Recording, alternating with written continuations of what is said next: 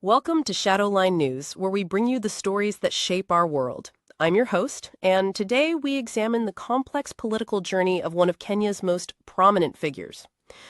Raila Amolo Odinga, born January 7, 1945, has been a towering figure in Kenyan politics for over 3 decades.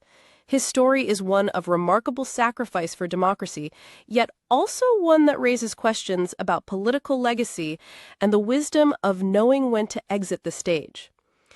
The son of Kenya's first vice president, Jaramogi Oginga Odinga, Raila inherited a political pedigree that would both elevate and burden him throughout his career. In 1982, he was accused of plotting against President Daniel Arap Moi and was imprisoned without trial for 6 years. This detention would define his early political identity as a freedom fighter. Raila was charged with treason over the abortive 1982 coup and detained for 6 years, released in February 1988, but 6 months later detained again and released in June 1989. He spent the rest of the 1980s in prison, much of it in solitary confinement, repeatedly tortured, but never tried for anything. The psychological and physical toll was immense, with reports indicating that the harsh conditions damaged his eyesight and ability to stand for extended periods. During those dark years, Raila became a symbol of resistance against authoritarian rule. He didn't see his children for 6 years.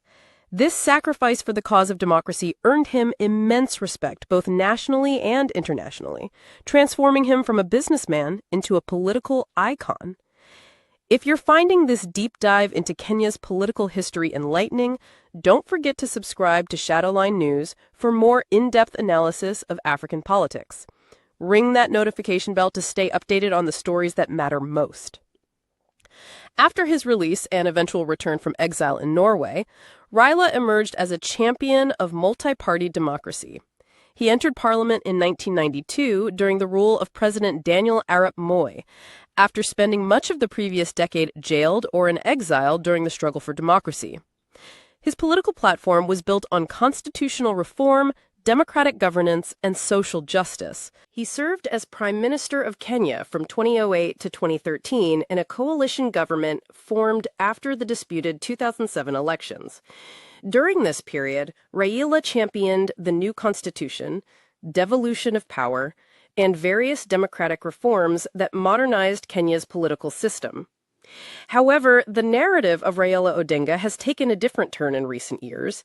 He was unsuccessful in his bids for the presidency in the 1997, 2007, 2013, 2017, and 2022 elections, with some of the polls clouded by allegations of fraud and electoral malfeasance. More troubling is the pattern that has emerged after each defeat: violence, death, and eventual collaboration with the very government he claimed was illegitimate. The 2007 post-election crisis stands as perhaps the darkest chapter in this pattern. After claiming electoral fraud, the ensuing violence resulted in over 1,100 deaths and left 300,000 people internally displaced. Reports indicate that 3,000 women were raped during the chaos. Yet, after this tremendous human cost, Raila entered into a coalition government with Mwai Kibaki, becoming prime minister in the very government he had claimed was illegitimate. The pattern repeated in 2017 with equally devastating consequences. Police and armed gangs killed at least 37 people in Nairobi between September and November 2017 during the election period. At least 5 people were killed as police clashed with Odinga's supporters upon his return to Kenya.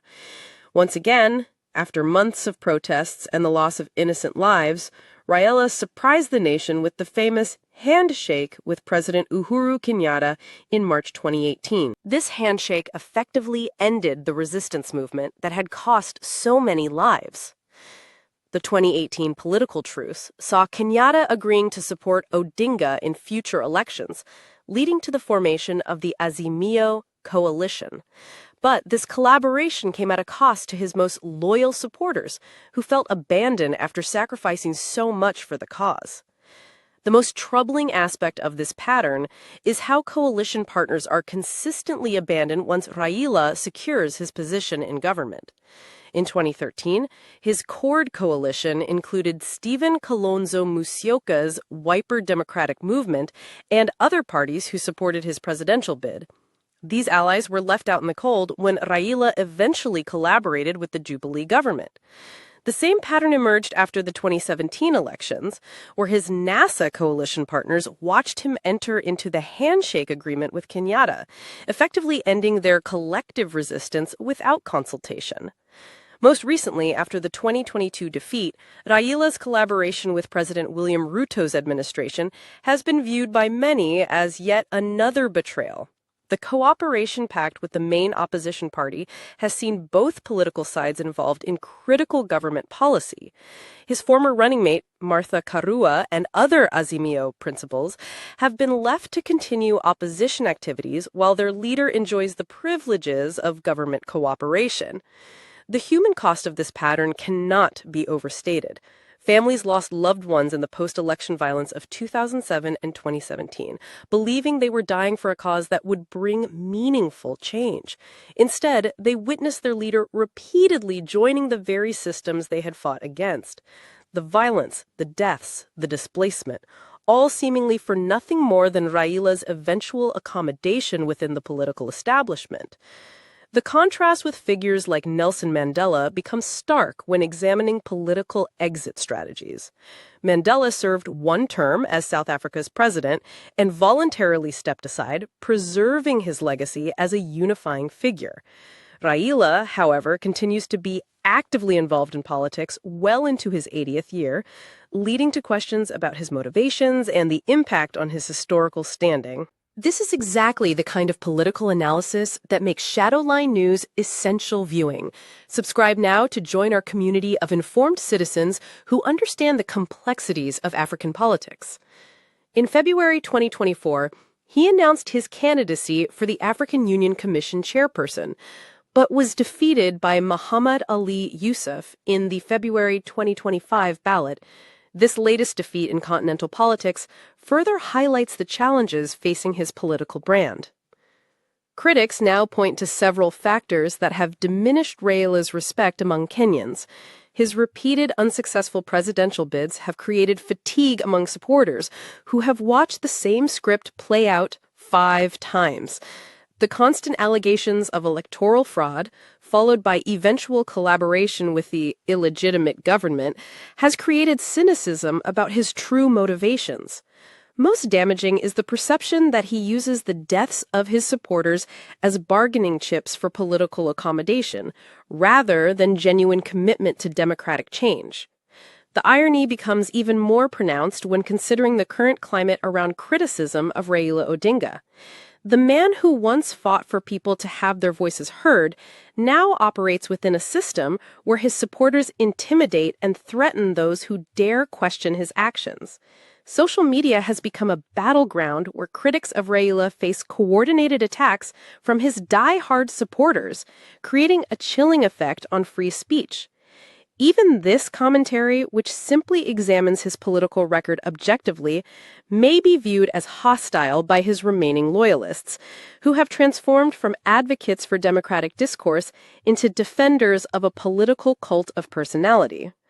Raila himself has claimed that social media smear campaigns are being orchestrated against him, but fails to acknowledge that legitimate criticism of his political choices is not the same as personal attack. The transformation is particularly striking, given that Raila's early political career was built on the principle that no leader should be above criticism. Yet today, questioning his repeated betrayals of coalition partners or his pattern of post-election deals is met with intimidation tactics that would have been familiar to the authoritarian regime he once fought against. His remaining supporters have become the very sycophants he once criticized in other political movements. While Raila retains pockets of die-hard supporters who defend his every action, he has fundamentally lost touch with the majority of Kenyans who have grown weary of his political games. Recent criticism from civil society groups and opposition parties about his cooperation with President Ruto's government amid youth-led protests demonstrates how even traditional allies have begun to question his leadership. Compared this trajectory with Nelson Mandela, who served South Africa for one term before gracefully retiring to focus on reconciliation and humanitarian work. Mandela's early exit from active politics preserved his moral authority and global standing. His legacy remained untarnished by the messy compromises of day-to-day governance. The question facing Kenya is whether Raila's political legacy will be remembered for his genuine sacrifices during the fight for democracy or for his repeated betrayals of those who paid the ultimate price supporting his political ambitions. The man who once stood for the principle that leaders must be held accountable now surrounds himself with defenders who attack anyone who dares hold him to the same standard. The pattern of inciting resistance, allowing supporters to die in the struggle, then joining the very system they fought against, has created a troubling precedent in African politics. Even more concerning is how criticism of this pattern is now met with the same intimidation tactics used by the authoritarian regimes he once opposed. The fighter for free speech has become the beneficiary of a system that suppresses dissent through fear and intimidation. Unlike leaders who use their moral authority to build lasting institutions, Raila's approach has been to treat politics as a zero-sum game where the only victory is personal inclusion in government. The deaths, the violence, the displacement, all seemingly acceptable costs for his eventual accommodation within the establishment. Raila Odinga's story serves as a cautionary tale about political legacy. His genuine sacrifices for democracy in the 1980s and 1990s earned him a place in Kenya's history as a freedom fighter. However, his inability to transition from active politician to elder statesman has complicated that legacy. The man who once represented hope for democratic change now faces criticism for being part of the political establishment he once fought against. His continued presence in active politics has made him a polarizing figure, rather than the unifying force he could have been.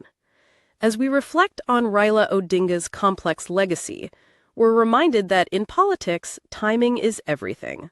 Knowing when to fight and when to step aside can be the difference between being remembered as a hero or becoming a cautionary tale about the corrupting nature of power. This has been Shadowline News, bringing you the stories that matter.